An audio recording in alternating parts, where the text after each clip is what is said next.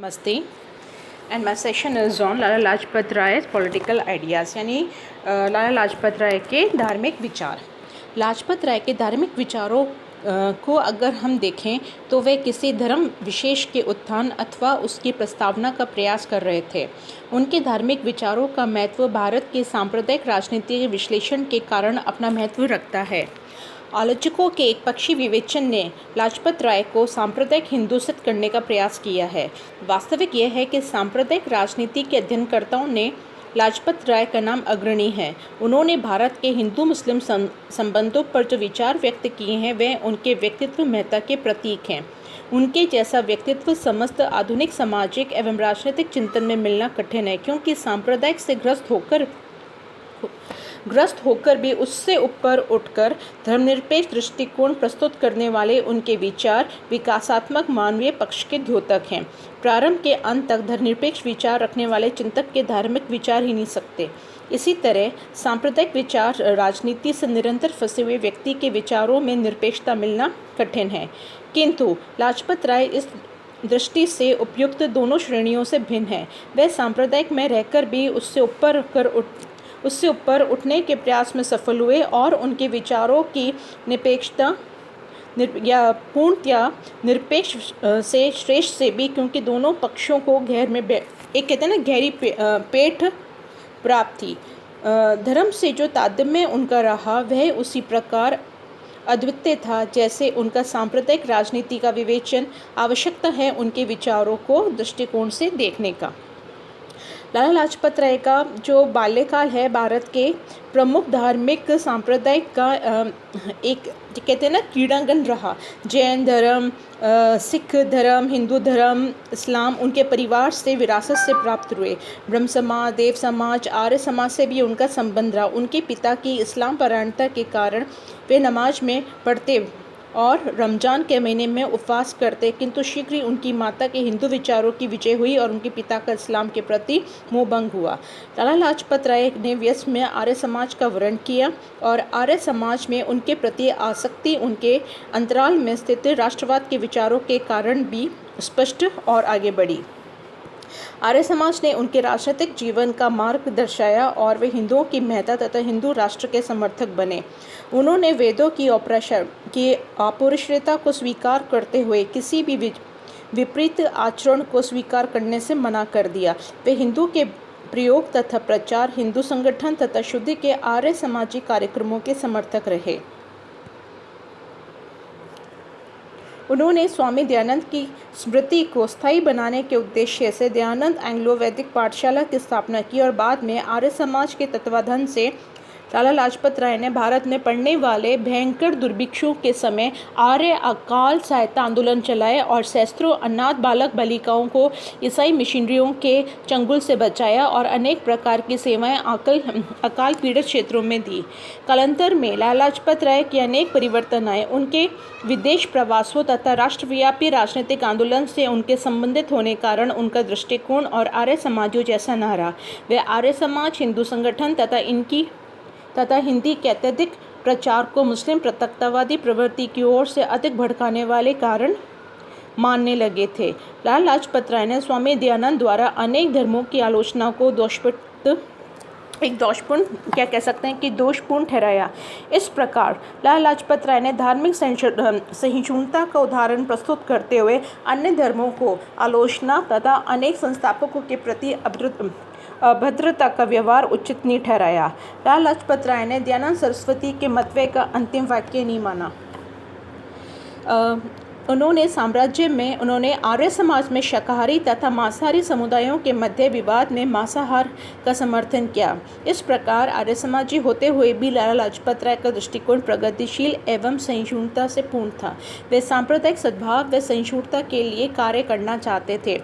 कांग्रेस द्वारा मुस्लिम सांप्रदायिकता को तुष्ट करने के लिए पृथक प्रतिनिधित्व स्वीकार करने का उन्होंने विरोध किया। उन्होंने ब्रिटिश शासन में भारत में सांप्रदायिक मनोमालिनी फैलाने के लिए उत्तरदायी ठहराया। गांधी जी द्वारा खिलाफत व असहयोग आंदोलन में उन्होंने असहयोग को अपने विचारों के अनुरूप माना, क्योंकि वह जीवन पर्यंत शासन के प्रति असहयोग बने रहे, किंतु वे खिलाफत में धार्मिक विवाद को राजनीतिक आंदोलन से मिलाने के मुद्दे हुए गांधी के प्रबल विरोधी रहे। लाला लाजपत राय ने मुसलमान को हठधर्मी से देखते हुए शुद्धि व संगठन के कार्यक्रम को उचित माना। वे मुसलमानों के आक्रामक रवैयों को देखते हुए हिंदुओं के संगठित होने का समर्थन करने लगे।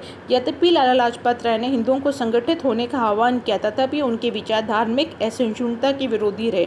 उन्होंने ये माना कि विभिन्न भाषा भाषियों तथा धर्मों के देश भारत में किसी भी तरह का एक समुदाय द्वारा अन्य समुदायों को अपने अधीन करने तथा उन पर दबाव डालने का अधिकार स्वीकार नहीं किया जा सकता। वे भारत की एकता को बनाए रखने के लिए हर संभव प्रयास करने को उद्यत थे। वे राजनीति को धार्मिक संकीर्णता को दूर रखना चाहते थे, किंतु मुस्लिम दर्गों में उन्होंने धर्म के प्रति अज्ञानता की संज्ञा दी। उनके अनुसार सांप्रदायिक दंगे धर्म की कमी के कारण हो रहे थे, न कि धर्म के आधिक्य के कारण। उसकी मान्यता थी कि कोई भी धर्म, चाहे वह हिंदू धर्म हो इस्लाम, हिंसा पर आधारित नहीं हो सकता।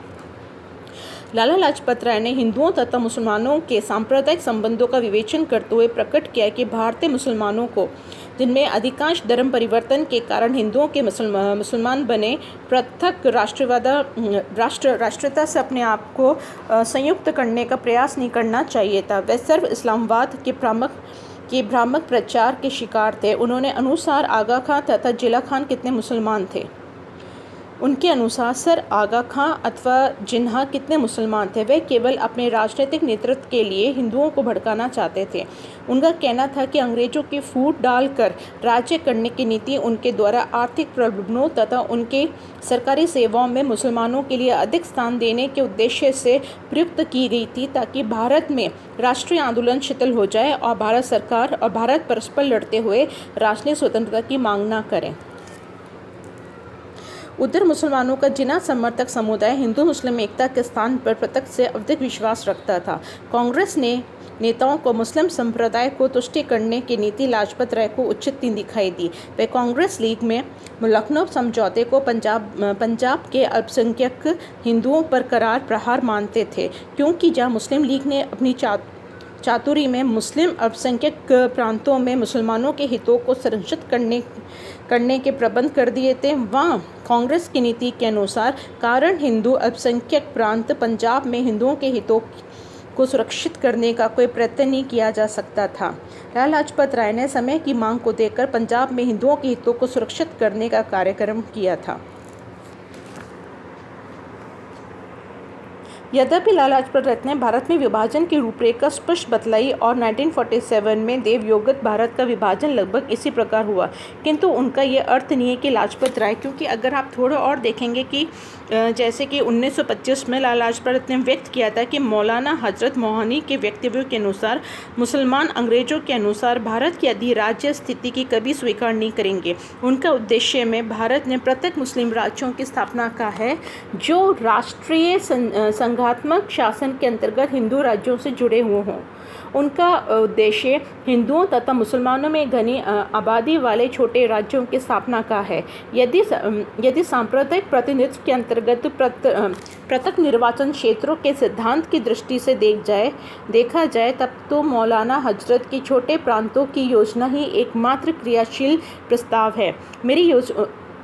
उनके अनुसार मुसलमान को 4 मुस्लिम राज्य प्राप्त होंगे, पठान अथवा अर्थात उत्तरी पश्चिमी सीमा प्रांत, पश्चिमी पंजाब, सिंध और पूर्वी बंगाल। यदि भारत के किसी अन्य भाग में घनी मुस्लिम आबाद हो, एक प्रांत बनाने वाली जितनी विस्तृत हो, उसे भी इसी प्रकार संगठित किया जाए, किंतु ये स्पष्टता समझा जाना चाहिए कि वह संयुक्त भारत नहीं होगा।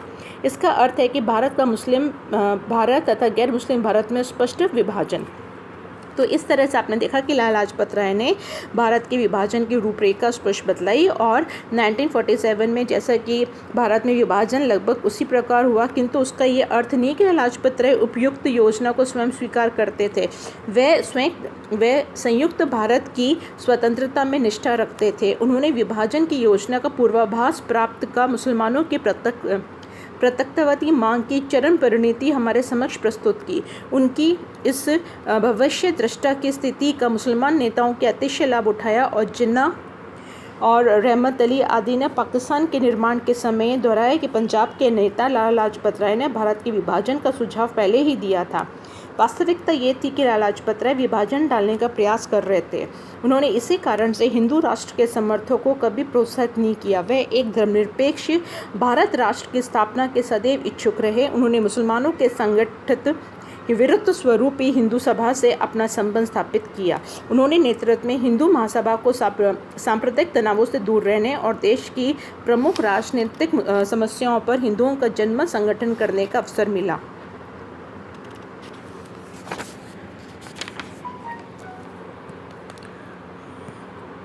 वे अंग्रेजों तथा वे एक धर्मनिरपेक्ष भारत राष्ट्र की स्थापना के सदैव में इच्छुक रहे। उन्होंने मुसलमानों के संगठित विरोध स्वरूप ही हिंदू महासभा में अपना संबंध स्थापित किया। उनकी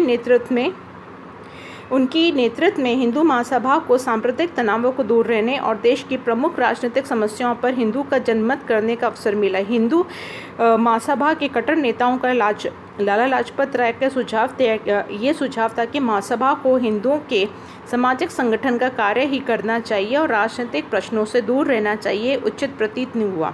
उनकी नेतृत्व के कारण ही हिंदू महासभा ने कांग्रेस के विरुद्ध चुनाव न लड़ने का निर्णय लिया। इस प्रकार वे संकीर्ण हिंदू राष्ट्रवादी नेता ने होकर भारत की एकता व सहिष्णुता पर आधारित अखंडता के पक्षधर रहे। लाला लाजपत राय के उचित हितों के संरक्षक होकर ही हिंदू राज्य की स्थापना भारत में करने के समर्थक न थे। वे अंग्रेजों तथा मुसलमानों की इस नीति की पंजाब में हिंदू अल्पसंख्यक सदैव अल्पसंख्यक ही रहे, जबकि अन्य प्रांतों के मुस्लिम अल्पसंख्यकों को हिंदू बहुसंख्यक के समान अधिकार दिए जाए और सदैव विरोधी रहे। इस पर भी नेहरू रिपोर्ट का उन्होंने हृदय से स्वागत किया और मुसलमानों से भय व असुरक्षा के भ्रामक विचार के निवारण के लिए 10 वर्षों के लिए मुस्लिम सांप्रदायिक प्रतिनिधित्व को स्वीकार किया। जीवन के अंतिम दिनों में उन्होंने खुले शब्दों में हिंदू राष्ट्र शब्द का विरोध किया और उन्हें एक ही शब्द प्रिय था और वह था भारत राष्ट्र। तो आप कह सकते हैं कि वे जैसे कि उन्होंने गांधी जी ने यंग इंडिया में लिखा था कि मेरे मुस्लिम मित्रों के प्रति संपूर्ण आदर भाव रखते हुए मैं दृढ़ता ये कहना चाहता हूं कि लाला लाजपत राय इस्लाम के शत्रु नहीं थे। उनके हिंदू धर्म को संगठित तथा शुद्ध करने की अभिलाषा को मुसलमानों अथवा इस्लाम के प्रति घृणा नहीं समझना चाहिए। वे हिंदू मुस्लिम एकता को बढ़ाने तथा प्राप्त करने के लिए सच्चे इच्छुक थे। वे हिंदू राज नहीं चाहते थे, बल्कि वे भारतीय राज के अभिलाषी थे। वे इन सबको जो अपने आप को भारतीय कहते थे, पूर्ण समानता प्राप्त करने के इच्छुक थे।